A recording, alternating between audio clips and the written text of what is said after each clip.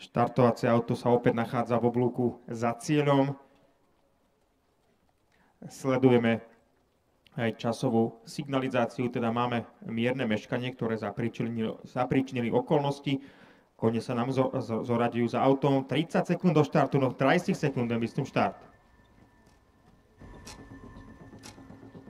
S jednotkou teda Indigi, ale najbližšie k vozidlu zatiaľ Grovka a Matchmaker Venus, potom Causa Gesso, favorizovaná J-Lo Venus, Safira Misi domáca Let Me Gesso, Indigi, najbližšie k bariére, Penelope Venus a na chvoste poľa zatiaľ Ariel. Štartovacie auto v pohybe.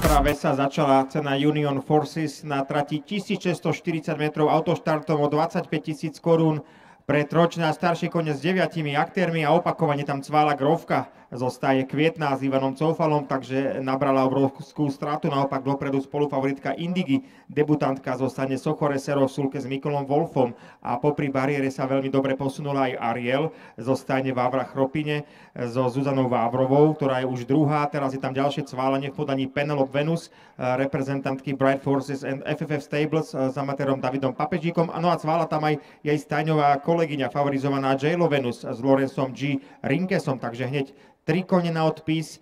Do cieľovej rovinky nám skúšovne privádzajú kone Indigi a takisto aj Ariel, ktorá ide veľmi dobre. Odchovankyňa Ondřeja Kozla je na prvej pozícii, Indigi je druhá, tretia je domáca Let Me Gesso, zostane Ekurie Sulke Jiří Svoboda. Na ďalších pozíciách sa nám formuje poradie Safira Misi, zostaje Kalifornia s amatérkou Marií Tichovou, vedľa nej sa potom objavuje spolufavorit Matchmaker Venus, zostane Štal Venus Marie s Ilenou Kubíkovou. To je prvá petica, za nimi potom striehne a čakáme progres podaní Penelope Venus, ktorá mala problémy po štarte, cvalala, ale doťahuje sa.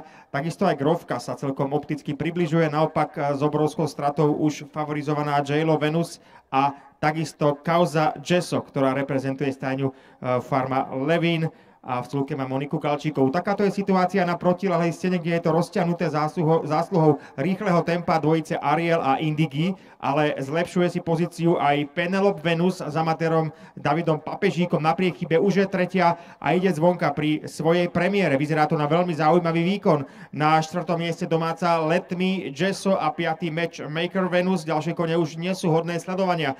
Záverečných 250 metrov Indigi privádza aktérov do finále. Mikola Wolf má všetko dobre rozohraté, ale snaží sa ešte David Papežík v súlke Penelope Venus. Záverečných 100 metrov bude dramatických. Nádherná koncovka Indigi versus Penelope Venus. Posledných 50 metrov Indigi víťazí pred Penelope Venus. Ďalej potom Ariel na 4. pozícii, opäť domáci zástupca Let Me Gesso. Na tabuli ešte Matchmaker Venus bez peňazí, potom Safira Misi, Grovka, favorizovaná J-Lo Venus a Causa Gesso.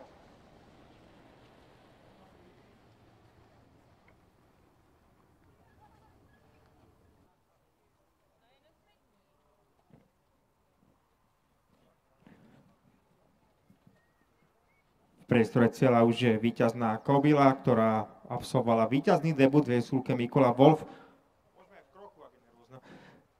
Ako Mikola vnímal tie dosti pomerne veľa koní, nervy pred štartom? Takhle, dneska musím říct, že vyhral 899. vítězství. Ještě se stalo jedna. Jdu do důchodu. Tak to je obrovská gratulácia pre Mikolu Wolfa, ktorému gratulujeme, čestná cena pre víťaznú stajňu. Na ceremoniáli nechýba jeho zať Tomáš Salkovič, ktorý takisto pomáha pre stajňu Sochoresero, takže obrovská gratulácia pre Mikolu Wolfa, ktorému chýba ešte jedna palička do 9. stovky. Gratulujeme a počkáme si na oficiálne výsledky.